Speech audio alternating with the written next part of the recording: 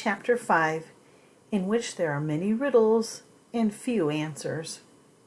To Jared's surprise, their mother agreed to let them go for a short walk.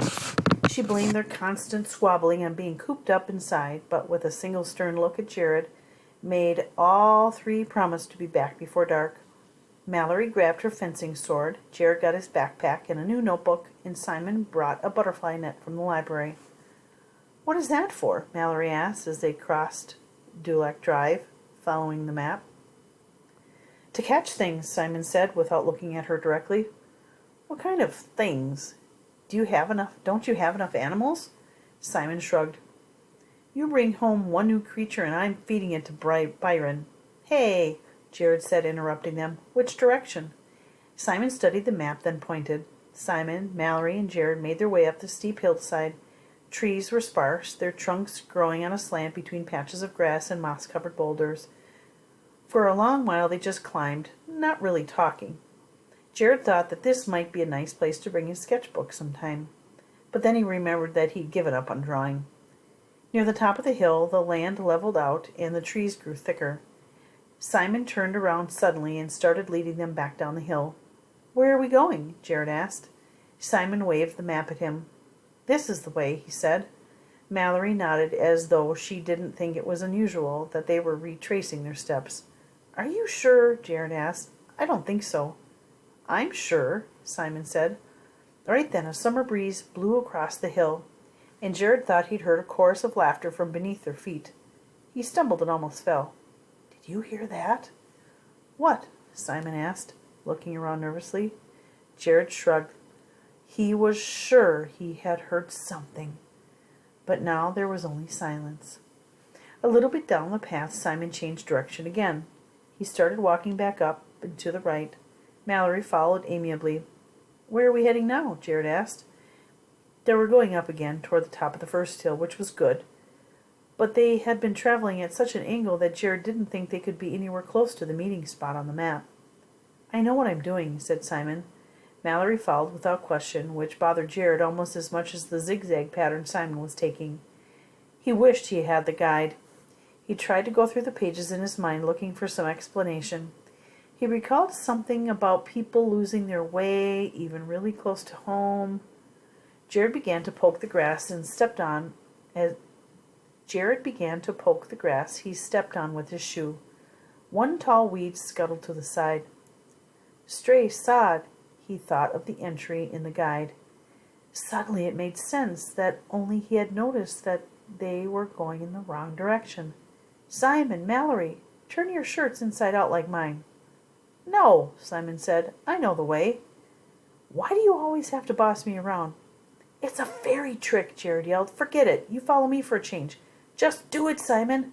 "No." "Didn't you hear me?" "No." Jared tackled his brother, causing both of them to land on the grass.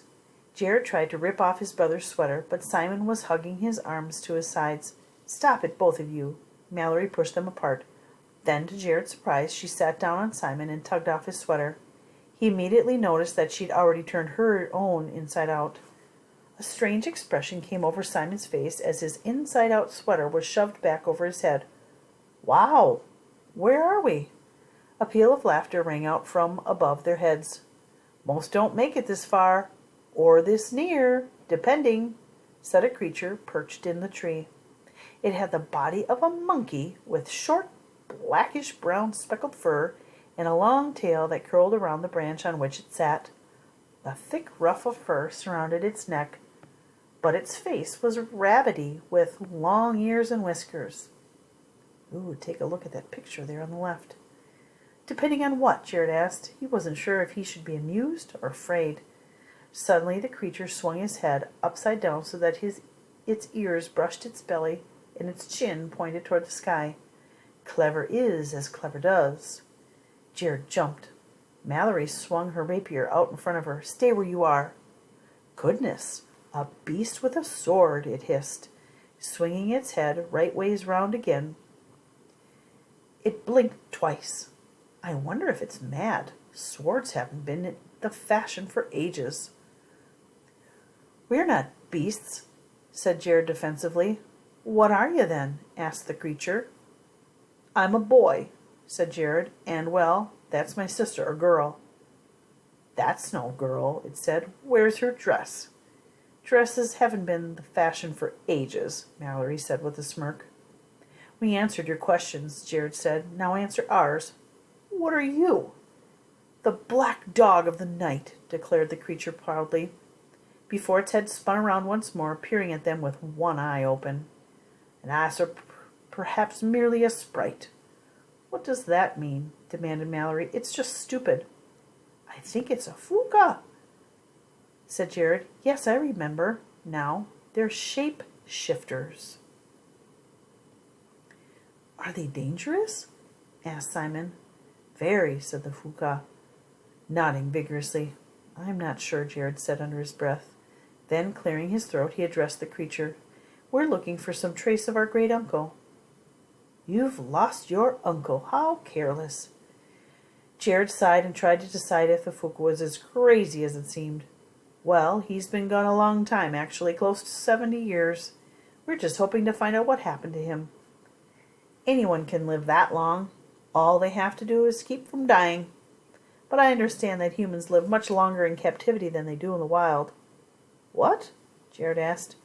When looking for something, said the fuka, one ought to be sure one wants to find it. Oh, never mind, Mallory said. Let's just keep going. Let's at least ask it what's in the valley up ahead, said Simon. Mallory rolled her eyes. Oh, yeah, like it's going to start making sense. Simon ignored her. Can you please tell us what's up ahead? We're following this map until we get turned around by the moving grass.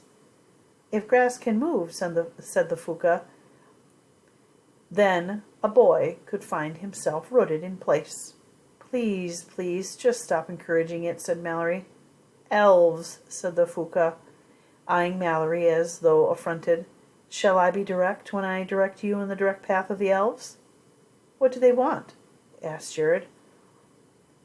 They have what you want, and they want what you have, said the fuka. Mallory groaned audibly. We said we'd turn back when things got weird. Mallory pointed at the fuka with her rapier. And that thing is about as weird as it gets. But not bad. Jared looked toward the hills. Let's go on a little farther. I don't know, Mallory said. What about those grass things and us getting lost? The fuka said that the elves have what we want. Simon nodded. We're really close, Mal. Mallory sighed. I don't like this, but I'd rather we were the ones sneaking up on them. They started walking down the hill away from the road. Wait! Come back! Called the fuka. There is something I must tell you. They turned back. What is it? Jared asked. Bani nani bani, said the fuka with precision. Is that what you wanted to tell us? No, not at all, said the fuka. Well, what then? Jared demanded. What an author doesn't know could fill a book, said the fuka. With that, his body towed its way up the tree until it was gone. The three children made their way slowly down the other side of the hill. As the trees thickened once more, they noticed how quiet the woods had become. No birds sang in the trees. There seemed to only be the rustle of grass and the snap of twigs under their feet. They stopped in a meadow ringed by trees. At the center, a single tall thorn tree stood, surrounded by fat, white and red toadstools. Oh, Jared said. Right. Weird. Let's get out of here, Mallory said. But as they turned, the trees wove together, branches entwining with other branches lacing into a fence of foliage that reached down to the earthen floor of the glade. Oh, crap, said Mallory. Uh-oh. They're trapped. What do you think's going to happen next? I'm looking forward to reading chapter 6. Are you?